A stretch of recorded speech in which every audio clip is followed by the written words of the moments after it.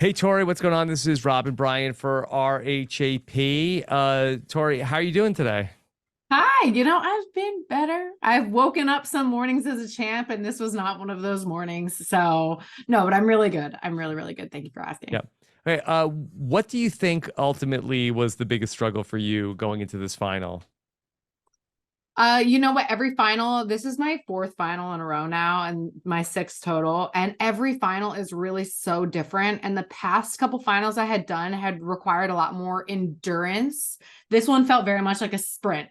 It was like you sprint through this game, you sprint to solve this game, sprint to solve this game. Now you're sprinting here to throw an axe, and then here. And I'm so accustomed to the very long, drawn out 40 plus miles, 5+ days living outside that it was a lot to acclimate to. And I think that that's ultimately what hindered my abilities in this time, is because I was just assuming that it was going to be like every final before.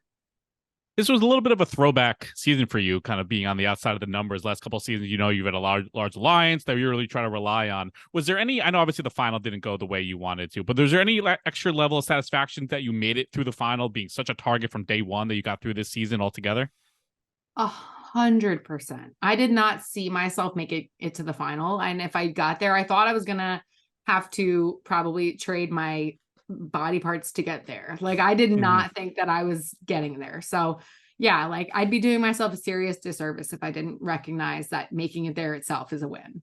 Yeah. Tori, you seem to have no problem with the food eating challenge. Why was that so easy for you? Well, it was vegan. So as long as it's vegan, I'm straight. Did they do that for you? Basically, I say if I'm going to come on a show, like, they have to respect the fact that that this goes against my belief systems. I've been vegan for 2 years now. So they respect that. And yeah, I mean, listen, it was still nasty. Like, Yeah. it wasn't great. But like I said, and I mentioned, I grew up eating American cheese dipped in ketchup. And that is not a joke. Like, Yeah. my dad cracked up when he saw that because he knows it's true. And yeah, I guess, as Michaela would put it, I have gas station standards, and that got me through. There's one of the key decisions or that you made actually that ended up with Josh going in was like that week where Josh was like very conflicted about who he was going to vote for. It was very funny. You're like consoling him, and then you mentioned like, oh, well, actually, I threw you in. So like, why did you decide to throw Josh in that moment as opposed to Cory or Bananas or anyone else? Yeah, that was a really, really, really tough day. And I feel like I leave every season with something kind of haunting me. And this day is one of those nightmares for me. And basically, we woke up at 4 o'clock in the morning, had to go do the parachute challenge. I'm sorry, the hot air balloon challenge. And then we immediately went into voting after that. And then we immediately were going into the elimination. So all of these things are happening in one day. And that typically doesn't happen in a challenge schedule. So it was a lot to think about. We were all really exhausted. And when I recognized that Chris was not an option of who to vote in, who would have very easily been my vote, I was stuck in a really difficult place, knowing that Fessy is the person that they're going to be going up against. Josh is friends with Fessy. I made a deal with Cory. I could never imagine throwing in Bananas against Fessy in a hall brawl. Like, it's like, how do you teeter the line of being a friend and then also being approachable and easy to work with in the future when somebody's not in your inner circle, which was the pull for me in my mind at that moment to work with Cory. Because yes, if I have all of these solid friendships, how is anybody going to ever want to work with me in the future? Especially when I keep coming back to back to back. I have to make myself still an asset to future competitors if they're not in my inner circle. So that was the reasoning of wanting to vote alongside and work with Cory. But, I put my ball on Josh, not thinking it was going to get called, because I knew how many balls Bananas was going to get. So yeah. So sorry, go ahead. No, I mean, that ultimately, like, when I saw the outcome, it still leaves me in like a place of reflection, wondering if I made the right choice or not, and wishing that obviously Josh could have gone to his first final. Like, that makes, I feel like a piece of shit for that. It's so interesting. You mentioned like thinking about like the future seasons. Obviously, for someone like you who does come back a lot of times, how do you kind of balance that of like going for the win? Like, you have a win in front of you. Let me take a shot to like further my chances to get a win, as opposed to thinking 2-3 seasons ahead. What's like the balancing act that you have to do in a season where you're going to be playing with a lot of these people over and over again? Like, how do you balance that? Yeah, I mean, it's not easy, but I think there's a different like level of competitor in terms of when we like look at people's challenge careers and longevity and being able to make it to consecutive finals. Like there is a long game being played here, and ultimately only one person's going to walk away with that big check. But if you make it to the end, you're walking away with a bunch of little checks every single time, just for weekly being there, you know, on a weekly basis. So it's a win to make it as far as possible. And so when I look at it like that, objectively, it just never feels like, or it has never felt like the time to take a massive shot. And in that same respect, when Devin and I won Ride or Dies, we voted in Fessy and Mariah, and I do think that they could have beat us in the final.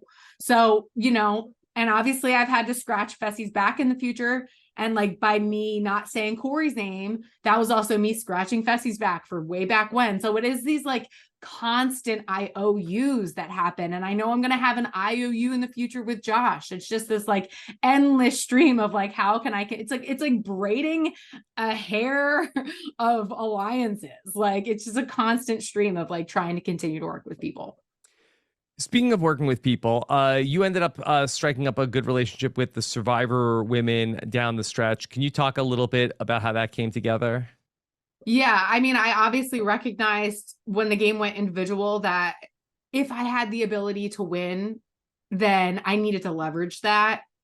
If I wanted to go up against the Survivor girls, they already could have easily targeted me. I was the only challenge bet girl there and had been the only one there for a long time now. So I used it as a source of leverage. Thankfully, I won the first two, and I think that was able to slightly help. Obviously, we saw like a little bit of a rocky patch. Like there was moments when Michaela was trying to put me in. There was moments when Desi and Chanelle had voted for me. But ultimately, when you looked at the end, we were all there together. And so somehow in some ridiculous way, it ended up working out. So you and Sebastian got pretty close during his time on the show. Is there any update that you could share about, you know, if you stay close after the show, you stay connected? Like what's going on with you and Sebastian? He is a like genuinely very sweet person. We're definitely just friends. And I'm so grateful that I was able to have somebody in the house that was so supportive like he was. And yeah, I mean, listen, like I didn't want to get into a showmance. I did. I regretted it after just because but when you're there and you're stuck in a house for 6 weeks and you're single and like, you don't really have a lot of friends, it kind of just happens. So, but no, he's great. We're just friends. When Sebastian went out of the game, did that coincide with you playing a different game and working with different people? No, because I was never really playing with Sebastian. And I told Sebastian that. I told him when it came down to it, and you saw that when I win that first individual win in the water and I leave him in the dust and don't tell him that the answer is dance. Like I strategically was not going to be helping him over the veteran guys because those are the guys I came in with. And that was my allegiance. Coming into this season, obviously coming off a win, basically last time you played in 38. Like, do you view like this type of version of the show like to the same regard as, you know, going out to the MTV show? Like, if you win, like, do you treat it as monumental, or is this a little bit as like almost like a side project for the challenge, or do you treat it like almost at the same level? So I think the thing about the real challenge that makes it so difficult to make it to the end is Wait, what do you mean the real challenge, Tori? I'm sorry, the flagship? Yeah. Okay. Is because this is absolutely the same game, right? Same host, same game, same producer, same showrunner, same everything. The only difference is there is this iron wall of veterans that you have to get through, which didn't exist on the show. The rookies were able to have that on their end of the side, you know? So the only difference for this particular season was that they didn't have to go through all of us being aligned and getting through our friendship, which would have been nearly impossible. And the game would have been completely different. Maybe one of them would have gotten through, right?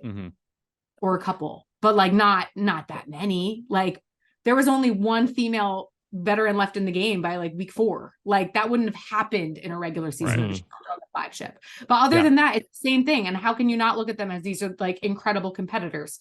Like the survivors are no joke.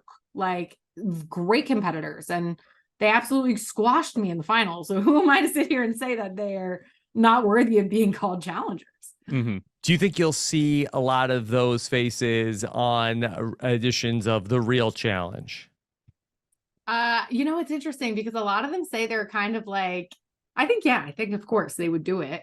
But a lot of them are like, I don't know, like, you know, this one was hard and we have friends. I can't imagine like walking into like a rookie bloodbath kind of show. Mhm. So I think they recognize how much of a blessing it was to be able to play under the circumstances of Challenge USA 2.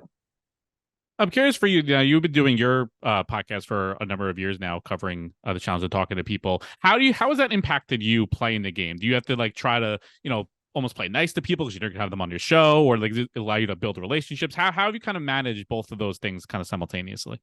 It's actually just like really been helpful for me. Obviously, like what happens to all of us challengers is we get so attached to our own story in the game, and then when we go there we take everything very personally. But when you watch it back and you watch it from a producer standpoint, you can really kind of detach from your personal story when you need to, when it helps you to deal with whatever comes up. So yeah, it's helped me to build relationships. It's helped me to understand that it's okay to root for other people. It's alleviated some of the stress that I put on myself to be the greatest of all time, which I absolutely don't consider myself. But like all of these things that come with being a competitor, it now kind of takes me out of that and allows me to be a fan and a part of the experience in another way. So I only see it as a benefit. Okay. Tori, anything else you want to let people know about your experience on the challenge this season? Other than I promise to be throwing axes on my off time, I also just released a poetry book, and it would mean the world to me if everybody supported it. Where can people get it? Yeah, it's www.thesoulspill.com, or you can find it on my Instagram at Tori_deal. And I'd like to call myself the Taylor Swift of the challenge because there's plenty of exes I've written about that are in this book in a poetic and beautiful way. So if you're interested in diving more and learning about my relationships, which I'm sure plenty of you are because you can't get enough of them, then check out The Soul Spill. You'll love it. But ultimately, thank you so much for supporting me on all my projects. And thank you guys so much for having me. It was a pleasure. Yeah, Tori, very nice to talk to you. And yeah, gotta see what's going on with the poems and see about all the X's. Check it out. Is there a chapter on Sebastian in there or no? Probably not. Next poetry book. Okay. I had bigger fish to fry. Okay. That's fair. All right. Tori, well, all the best to you outside the show, okay? Awesome. Right. Thank you so much. Take care. I appreciate it. Thanks, Bye. Tori.